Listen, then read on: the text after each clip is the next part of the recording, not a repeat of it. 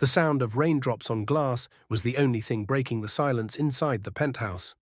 From the 45th floor of the Anderson Tower, the city of Lagos glittered below like a restless sea of lights. But to Adrian Thompson, the billionaire whose name commanded respect in every corner of the country, that glitter meant nothing. He sat alone by the window, a cup of untouched coffee beside him, staring at the city he practically owned. Outside, the rain came down heavily, smudging the neon signs and car headlights into streaks of color. Yet inside, everything was too perfect, too quiet, too lonely.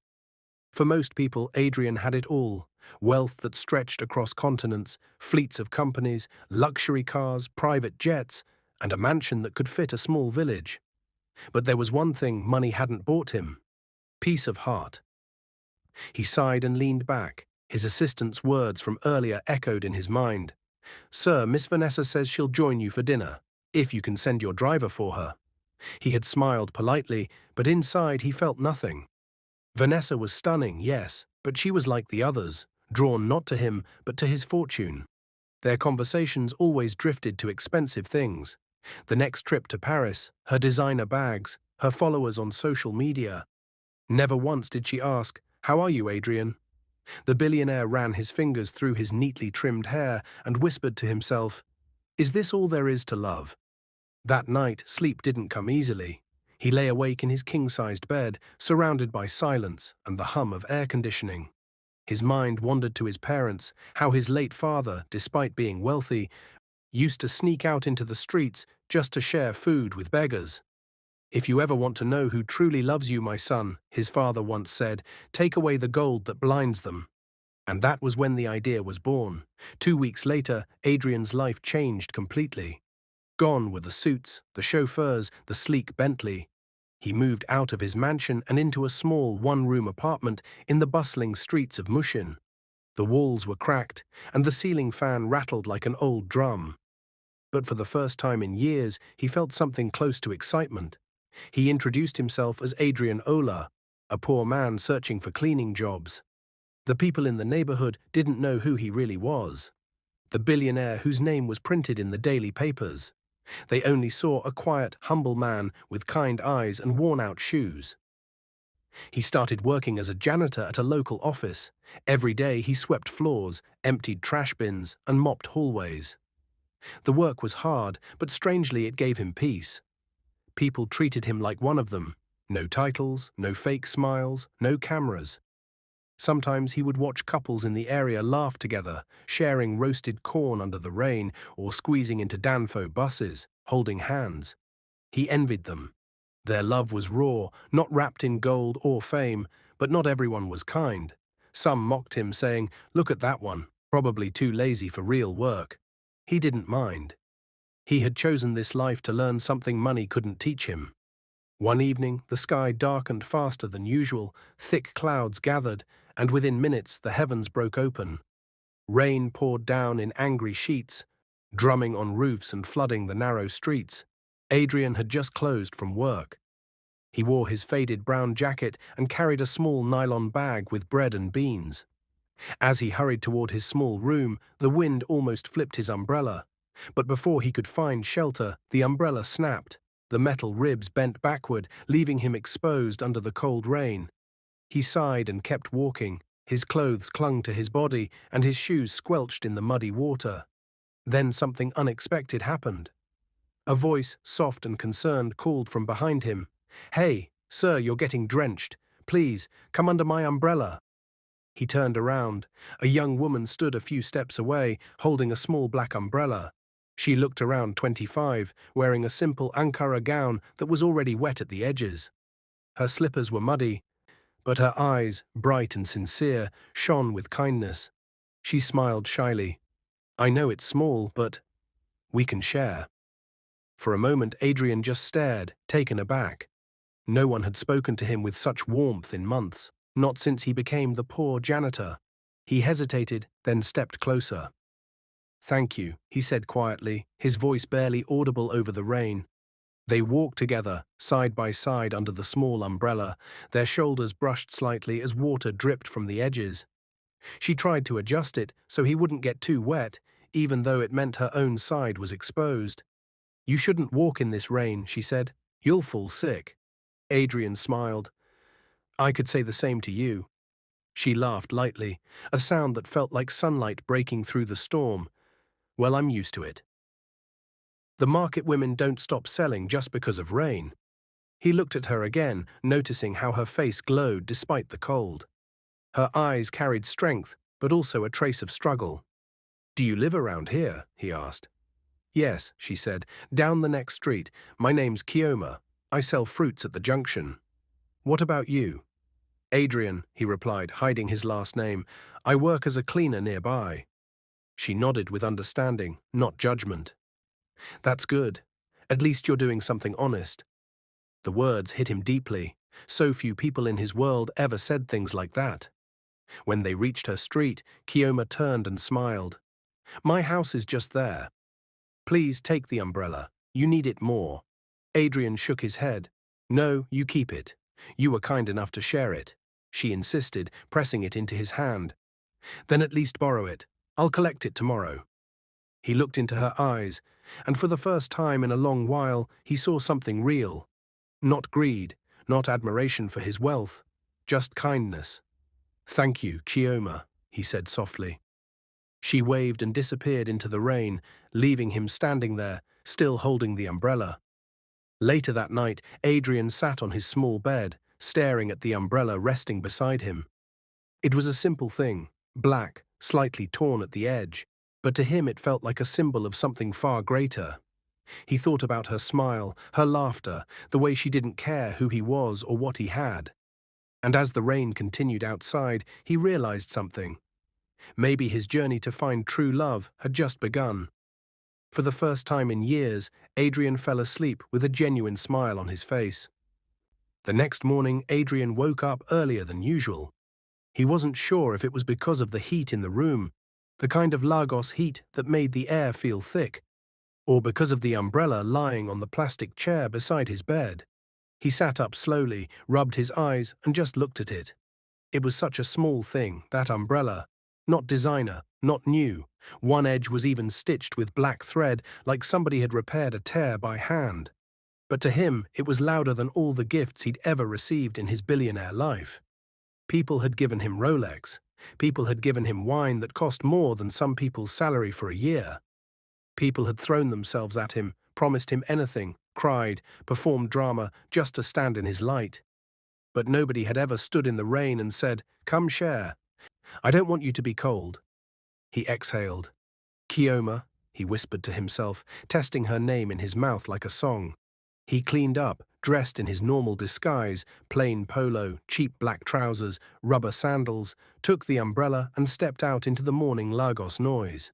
Mushin was already awake. Bus conductors were shouting, "Ojuelegba straight, enter with your change." A woman nearby was frying puff-puff in oil that popped and hissed, and music was blasting from a bar that had not even fully closed from last night. Children were running around barefoot like this world was theirs. Generator sound here, insult there, laughter on top of insult. Lagos was speaking as usual. He walked down to the junction where she said she sold fruits. He saw her immediately. Her table was a wooden plank, supported with blocks. On it, oranges, bananas, pineapple, small bowls of already cut watermelon in nylon. It wasn't much. Some of the fruits were bruised, but she'd arranged them nicely, like presentation still mattered, even when life was not perfect. Chioma stood behind the table in a simple yellow blouse and a long skirt with tiny flower prints. Her hair was packed back in a low puff. No wig, no fix-me lashes, no fake accent. She looked honest, and she smiled at every single person who came close, even if they didn't buy. That alone told him a lot. Adrian took a slow breath and approached. Before he could talk, she looked up, saw him, and her face lit up in surprise. "Ah, cleaner man," she laughed. "You actually came back." He smiled without meaning to. "Good morning?" "Good morning," she replied. "Hope you didn't fall sick. Yesterday's rain was wicked." "I'm fine. And you?" he said. "I'm fine," she said. "Who is sickness? Sickness cannot afford me." He laughed. "True." She wiped her hands on a small towel and leaned forward a little. "So, my umbrella?" He lifted it immediately, like a student answering a strict teacher. Safe and sound, thank you again. She accepted it, inspected it playfully like a mechanic checking a car. Good. Because if you spoil it, na fight, she said with mock seriousness. I believe you, he said. You look like somebody that can fight. She gasped dramatically and put a hand on her chest. Wow. So because I helped you, now I'm a fighter. I didn't say fighter, he said. I said protector. It's different. Her smile slowed at that, just for a second. Protector. Nobody had ever called her that. He saw it land in her eyes. That tiny pause was the first crack into her truth. Have you eaten? She asked suddenly. He blinked. What? She rolled her eyes. Don't what me? I said, have you eaten this morning? He almost laughed. He couldn't remember the last time anyone asked him that. Even in his real life, in the mansion, the chef only asked, Sir, do you want omelette or boiled eggs? Nobody ever asked with care, just logistics. No, he admitted. She clicked her tongue. Sit. Sit where? He asked, confused. She pointed to a broken blue plastic chair beside the stall. There.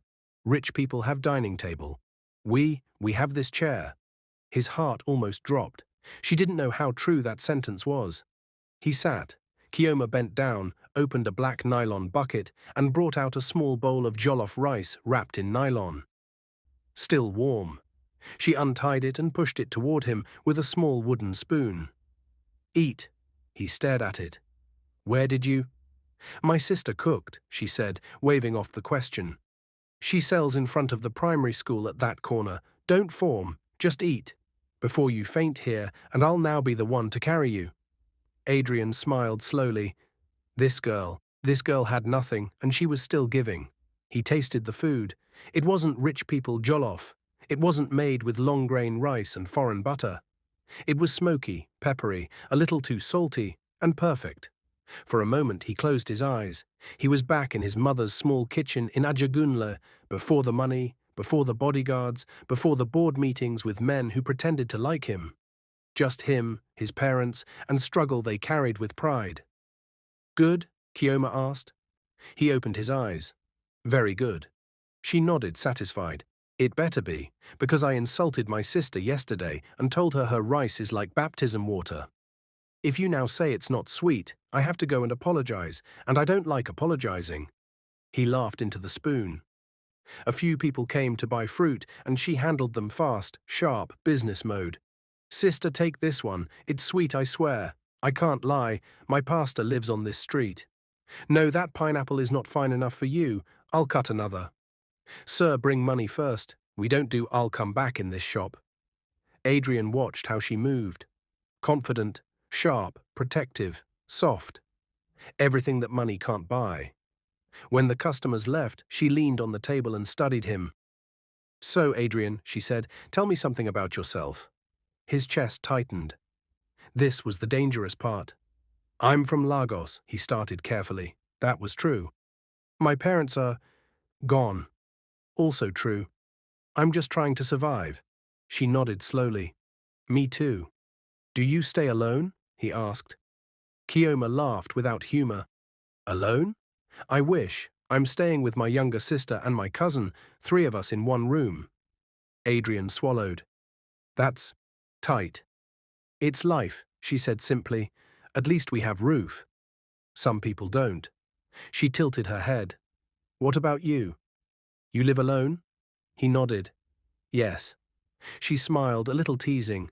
So nobody is at home waiting to ask, where have you been since? He almost said, actually I have a full household staff and security team, but he just said no. She clicked her tongue again, playful. See, freedom. I envy you, small. Freedom, if only she knew. He watched her fingers as she arranged bananas. He noticed they were rough, slightly scarred from knife cuts. Her nails were clean, but not polished. She had the hands of someone who worked, properly worked, someone who knew what it meant to hustle so others could eat. Then, just for a second, her smile faded. Her eyes shifted away, and he caught it. That quiet sadness. What's wrong? He asked softly. Chioma blinked, surprised. Nothing. Chioma. She looked at him. Her guard was still up. But it wasn't hard like most people's. It was soft. It was survival. Finally, she sighed. My sister's school fees, she said quietly. She's in Polytechnic. She's smart, like, scary smart. But they're threatening to drop her if we don't pay the backlog by next week. How much? Adrian asked before he could stop himself. She stared at him. See you. How much? Like you are Dangote. He tried not to choke. She continued, it's 85,000 naira left. 85,000. To him, that was the amount some board members spend on wine during one meeting. To her, it was a mountain. He felt anger burn in his chest, not at her, but at the world. The unfairness of it. The way someone can be good, decent, kind, and still be punished by life. He swallowed. You'll find a way, he said softly. I can feel it. You're a fighter. She smiled a little, but this time it was sad. I keep fighting, Adrian. I just don't know how long I can keep doing it. That sentence touched somewhere deep in him. He wanted to tell her. He wanted to say, Chioma, I can clear your sister's fees. I can pay your rent for 10 years. I can buy you a shop. I can change your life before sunset. But he didn't. Because if he did, the test would end. And this journey was bigger than money. It was about truth. Instead, he said quietly, Can I see you again tomorrow? She blinked. You want to come back? Yes. To do what? She teased. He met her eyes. To return the food.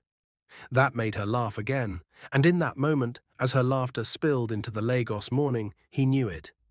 This wasn't just interest, this wasn't just attraction, this was the first honest thing his heart had felt in years. This could be love beginning. The following days passed with an ease Adrian hadn't known in years. Each morning he would wake up to the noisy symphony of Mushin, the shouting of bus conductors, the smell of fried yam, the chatter of women selling vegetables, and the laughter of children running barefoot through puddles. For a man who used to wake up to the silence of a penthouse and the buzz of emails, this chaos felt like healing. Every evening after work, he'd go to Chioma's fruit stall. It became their small world. She would tease him about his slow, sweeping speed or his habit of staring too long at the clouds. He would laugh and sometimes buy fruits he didn't even need, just to spend more time there. Sometimes she would share her dinner with him again, rice, beans, or Gary with groundnut. They would talk about life, dreams, and Lagos. Adrian listened more than he spoke. He was learning about real struggle, about honesty, about love that isn't measured in money. But something was growing inside him, something dangerous and beautiful. He was falling in love. One evening, the clouds gathered again. Lagos sky had that strange purple tint it gets before a downpour. Adrian hurried from the office, eager to reach Chioma's stall before the rain started. He found her packing her fruits under a big nylon sheet. Her younger sister, Chioma, stood beside her, a shy girl of about 20, with slim arms and a calm face. She greeted Adrian politely, calling him Brother Adrian. You came at the right time, Chioma said, struggling with a heavy basket of oranges. If I wait small, this rain will baptize me again. I'll help you, he said, taking the basket from her before she could argue. They carried everything into a small nearby shop with a zinc roof that rattled as the first drops began to fall. The rain came suddenly, loud, wild, with flashes of lightning that lit the street like a broken camera flash. Inside the shop, the three of them sat on upturned crates, talking and laughing. Chioma's laughter mixed with the rain, bright, pure, alive. Chioma, she said suddenly, you better greet your future brother properly. Oh. Chioma's eyes widened. Anne? Sister Chioma, you have started again. Adrian's heart thumped hard. Chioma laughed. I'm joking, Jare, but who knows? This one that he has been coming every day like Nepa Bill. Maybe I like fruits too much, he said, smiling carefully. She gave him a knowing look. I beg, don't lie. Nobody likes banana that much. He wanted to say it, right there, right then. Yes, I like you. You're the reason I come. But he stopped himself. He was still pretending to be poor. If he confessed now, it wouldn't be fair. What if she only pitied him? What if when she knew who he truly was, she changed? He couldn't risk that. Instead, he said softly, You make the rain feel warmer, Chioma. Her teasing faded. She looked away quickly, pretending to rearrange pineapples. "You and your sweet mouth," she murmured, but her cheeks flushed, even in the dim light. Chioma giggled quietly. "Sister, you're blushing." "Go and wash plate," Chioma snapped playfully, throwing a piece of banana peel at her. They all laughed again. The next morning, Adrian didn't show up at her stall. For the first time in days, he was at his real office in Victoria Island, wearing his usual suit again. His assistant, Patrick, nearly fainted when he walked in. "Sir, you're back?" "Yes," Adrian said calmly. "We need to review the foundation project. I want to expand the outreach to Mushin." "Mushin?" Patrick repeated, confused. "But sir, that area—" "I know the area," Adrian cut him off. "We'll start a community development plan there. Scholarships, small business grants, food relief." Patrick nodded slowly, taking notes, not daring to ask why. Adrian's mind wasn't on the meeting. It was on a fruit seller who had no idea the man she called Cleaner Adrian was actually Adrian Thompson, the billionaire owner of Thompson Holdings, the company funding half the NGOs in Lagos. He smiled faintly. Soon, he thought, soon he would tell her everything. But he needed to be sure. That night, he returned to Mushin, this time in his poor man's clothes again. Chioma was waiting at her stall, her face lighting up as soon as she saw him. "You didn't come this morning," she said. "I thought maybe you forgot us." He shook his head. "I could never forget you." Her smile faded slightly. "You talk like someone who's about to travel." He hesitated. "Maybe one day, but not yet." "Good," she said quietly, "because this stall will miss your slow jokes." They both laughed, but the moment hung heavy. As the week passed, Adrian noticed something new, whispers around the market. A man in a neat shirt and expensive wristwatch had come asking questions.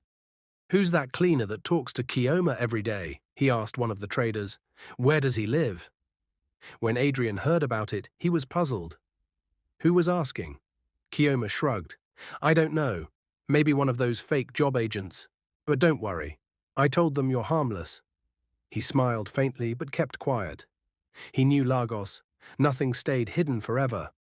One evening, while Chioma and Chioma were counting their daily sales, Adrian walked her halfway home. The road was wet again. Puddles reflected the orange glow of streetlights. "You ever think about the future?" he asked quietly. She sighed. "Every day. But I don't dream too far. I've learned not to." "Why?" "Because sometimes hope can break your heart more than hunger," she said softly. "When you expect too much, you forget to thank God for small blessings." Her words cut through him like truth itself. He reached for her hand without thinking. It was rough, warm, alive. She didn't pull away. "Chioma," he said, his voice trembling slightly, "if you ever had the chance to be loved by someone who could give you the world, would you take it?" She looked at him, surprised. "What kind of question is that?" "Just answer." She shook her head slowly. "No, because love that comes with conditions isn't love. I just want peace, kindness, and truth. That's all." His chest tightened painfully. If only she knew, that was exactly what he had been searching for, but fate had its way of testing hearts. The next morning, Chioma arrived at her stall to find two black SUVs parked nearby. Men in suits were talking to traders, showing Adrian's picture, but not the poor version, the real one. "Have you seen this man?" one of them asked. "His name is Mr. Adrian Thompson, CEO of Thompson Holdings." The whole street went silent. Chioma's hands froze on the orange basket. The picture was unmistakable, the same face she'd shared umbrellas and laughter with. Only now he was in a suit, smiling beside the governor in some newspaper photo. Her heart began to pound. It couldn't be true. But it was. The man she had fed with her own food, the man she thought was a cleaner, was a billionaire. And he hadn't told her. The rain began again, softly this time, as if mocking her. She stood there, her eyes stinging. "So, it was all a game," she whispered to herself. That evening, when Adrian returned to the stall, she wasn't there. Only the empty wooden table stood under the same umbrella they once shared, waiting for answers. Adrian stood in the middle of the marketplace, his heart pounding louder than the noise of passing buses and the shouts of traders closing their stalls for the day. The wooden table where Chioma usually stood was empty, her fruits gone, her chair overturned, her small umbrella folded against the wall. He looked around helplessly. "Excuse me," he asked one of the nearby traders, "the fruit seller, Chioma.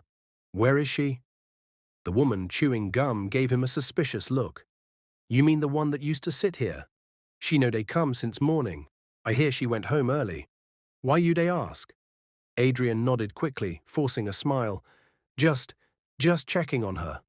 As he walked away, the woman muttered under her breath, "Nawa oh, so this man a billionaire all this while." He froze mid-step. His blood ran cold. They knew. That night he couldn't sleep. He sat in his small room, staring at the cracked ceiling. The news had spread faster than he imagined. Somehow the men from his office, sent to check the area for the foundation project, had blown his cover. The entire Mushin community now knew who Cleaner Adrian truly was. And Chioma, she must have found out. He kept hearing her voice from that rainy night. "Love that comes with conditions isn't love. I just want peace, kindness, and truth." Now she must think he'd lied to her all along. He ran his hands over his face and whispered, "I was only trying to find real love. I didn't mean to hurt you." By morning, he made up his mind. He was going to find her and explain everything. The sun was barely out when Adrian arrived at the small compound where Chioma lived. The narrow path was muddy from last night's rain. Children ran past carrying school bags. A woman was sweeping in front of her door. He walked up to her. "Good morning, Ma. Please, I'm looking for Chioma. She sells fruits at the junction." The woman frowned. "Ah, Chioma? She and her sister left this morning. She said she's going to her auntie's place in Ikorodu. Something about leaving this area for good." Adrian's heart dropped. "Ikorodu?" "Yes," the woman said. "She looked like someone who cried all night." He didn't even thank her. He turned and walked away quickly, his chest tightening with guilt. That evening, the rain returned, hard and relentless. Adrian drove himself through the flooded expressway, ignoring his driver's protests. His luxury black SUV cut through the downpour like a shadow. He was no longer wearing the clothes of the poor cleaner. He had returned to his world, the billionaire in a tailored grey suit, leather shoes, and a gold wristwatch that caught the light whenever lightning struck. When he arrived at Ikorodu, he found the small compound after asking nearly 5 people for directions. The rain soaked his suit, but he didn't care. He just wanted to see her face again. He knocked on the rusty gate, and a few moments later it opened slightly. Chioma stood there, wearing a long Ankara gown, her eyes swollen from crying. For a moment neither of them spoke. The rain fell between them, filling the silence. "Chioma," Adrian began softly, "please, let me explain." She laughed bitterly. "Explain what, Adrian? Or should I say Mr. Thompson?" He took a step closer. "Yes, I lied about who I was. But please believe me, I didn't lie about how I feel." She folded her arms tightly. "You pretended to be poor, Adrian. You let me feed you, talk to you, trust you. You made me believe we were the same. Was it fun for you? Was it an experiment?" "No," he said quickly. "It was never about fun. I was tired of fake people. Everyone around me only cares about money and power. I wanted to know if love could exist without all that. You, Chioma, you showed me kindness when you had nothing to gain." Her voice broke as she replied, "You could have told me the truth." "I wanted to," he said, his voice low and trembling. "But I was afraid. I didn't want you to look at me differently. I didn't want to lose what we had." She shook her head slowly, tears mixing with the rain. "You already lost it the moment you lied." He stepped forward. "Chioma, please, look at me. Everything I've built, everything I own, it's worthless without you. I came here to find love, and I found you. I don't care about status anymore. I just want you."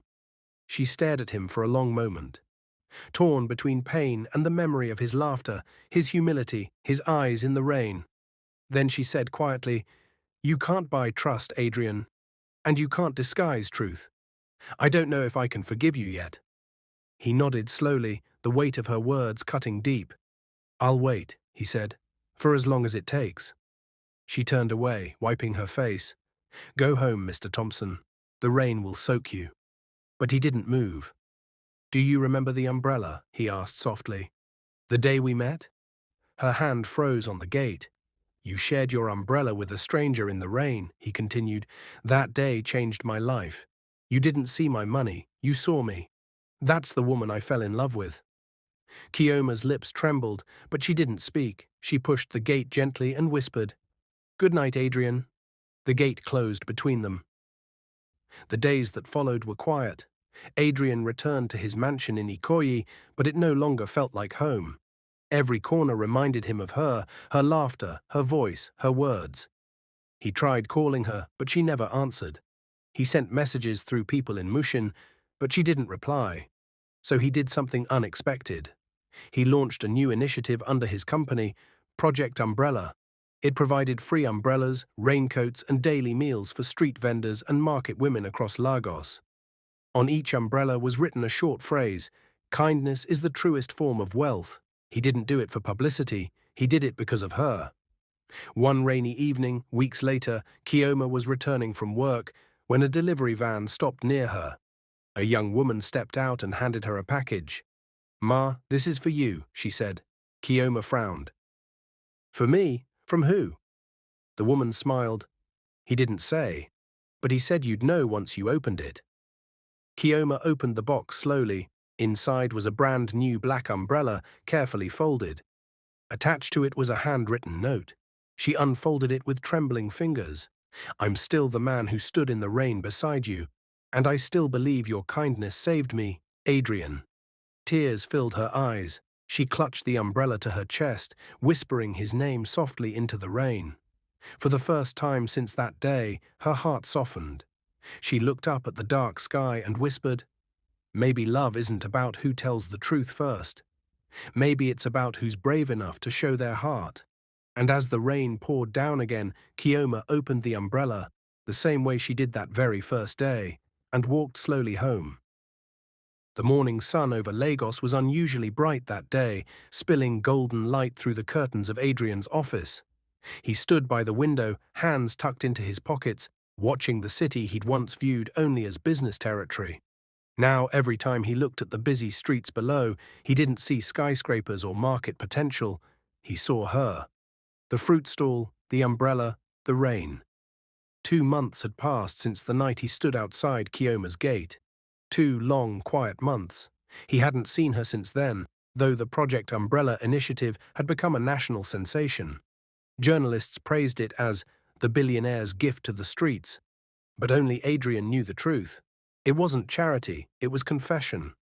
Every umbrella he distributed carried her story, their story.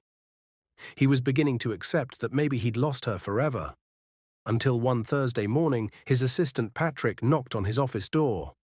Sir, someone's here to see you. Adrian turned. Who? She didn't say her full name, just said you'll understand when you see the umbrella she's holding. His heart stopped. Send her in, he said, his voice barely steady. The door opened slowly, and there she was. Chioma, dressed simply as always, in a clean yellow blouse and a brown skirt, but radiant in a way he hadn't seen before. She looked stronger, calmer, her eyes bright but cautious. In her right hand she held an umbrella, the one he had sent her weeks ago. Adrian's throat tightened. For a moment he couldn't speak. Chioma, he whispered finally, stepping closer. You came. She nodded slowly. I did. He gestured toward a chair. Please, sit. She didn't. She stood where she was, her fingers tightening on the umbrella handle. I didn't come here for money, she said quietly, or for anything fancy. I came because I needed to understand why. He nodded slowly. Why I lied. Yes. Adrian took a deep breath, then spoke from the heart. I was surrounded by people who wanted my name, my signature, my wallet. But not me. I thought maybe love wasn't real anymore. So I walked away from everything. I wanted to see if kindness still existed in a world that worships wealth. Then I met you. You gave me something I'd never received in my entire life. Not pity, not greed, but pure care. He paused, his voice trembling. That day in the rain, when you shared your umbrella, it wasn't just shelter you gave me. You gave me a reason to believe again." Chioma's eyes glistened. He stepped closer. "Every time I saw you, I saw the kind of person I wanted to be. Honest, hard-working, full of heart. You didn't know who I was, but you made me feel seen for the first time. And when I realized I was falling for you, I got scared. I thought if I told you the truth too soon, I'd ruin it. But in trying to protect it, I ended up hurting you." He took another step forward slowly. "I'm sorry, Chioma, for everything." For a long moment, the office was silent except for the faint hum of the city below. Finally, Chioma spoke. Her voice was soft but steady. "I was angry, Adrian. Not because you were rich, but because you made me feel like a fool. I trusted you. You let me believe we were on the same level, facing the same struggles. I felt betrayed." He bowed his head. "You had every right to feel that way. But," she continued, taking a small step forward, "in all those nights after the truth came out, I kept remembering one thing. You never looked down on me. Not once. Even when you had nothing to gain, you still respected me. You listened. You laughed. You cared. That's not something you can fake." Adrian looked up slowly, meeting her eyes. "So, where does that leave us?" She smiled faintly. "It leaves us here, learning, healing. Maybe starting again." For the first time in months, Adrian's lips curved into a genuine smile. "Starting again," he repeated. She nodded. "But this time, no secrets." He chuckled lightly. "Agreed." He gestured toward his desk. "Would you like some tea? I promise I make it myself. No servants involved." She laughed softly. "Then it might be too sweet." "That's fine," he said, his eyes warm. "Life could use more sweetness." They shared a quiet moment of laughter, the kind that heals without words. Weeks later, news spread across social media. Billionaire Adrian Thompson marries fruit vendor in a private ceremony. The wedding wasn't grand like most expected. There were no diamonds, no celebrity guests, no fireworks, just a small garden behind one of Adrian's estates, decorated with white lilies and golden drapes. Chioma walked down the aisle under a soft drizzle, the kind of gentle rain that once brought them together. Her gown was simple, elegant, with lace sleeves and a veil that shimmered faintly in the light. Adrian waited at the altar, wearing a clean white suit with no tie. When their eyes met, it felt like time paused. As the pastor spoke, Chioma's fingers trembled slightly. Adrian reached out, squeezing her hand. "You're safe," he whispered. She smiled through tears. "And you're home." When the pastor finally said, "You may kiss your bride," Adrian pulled her close under a white umbrella. The crowd cheered as rain fell gently around them, a soft reminder of how love had started for them. Two strangers under one small shelter. After the wedding, Adrian and Chioma dedicated their lives to helping others. She became the face of Project Umbrella, visiting markets and schools, teaching young girls to believe in dignity and kindness. Sometimes she would laugh and tell her story. "I didn't marry him because he's rich. I married him because even when he had nothing, he had heart." And every time she said those words, Adrian would look at her with the same awe as the first day he met her, soaked, smiling, and offering him half of an umbrella that barely covered them both. Months later, on a quiet evening, they sat on the balcony of their home in Lekki. The sky was cloudy again. Adrian leaned back in his chair, holding her hand. "You know," he said softly, "I used to think love was something you find in fancy places, in parties, in boardrooms, in rich circles." Chioma smiled. "And now?" He turned to her. "Now I know it's found where hearts are kind, even in the rain." She leaned her head on his shoulder. "You finally found your true love, Adrian." He looked up at the sky as the first drop of rain touched his cheek. "No," he said, smiling, "true love found me." And as the rain began to fall once again, they sat together under the same old umbrella that started it all. Proof that even the richest man in the world could still find wealth in something money could never buy, a heart that loved him for who he truly was.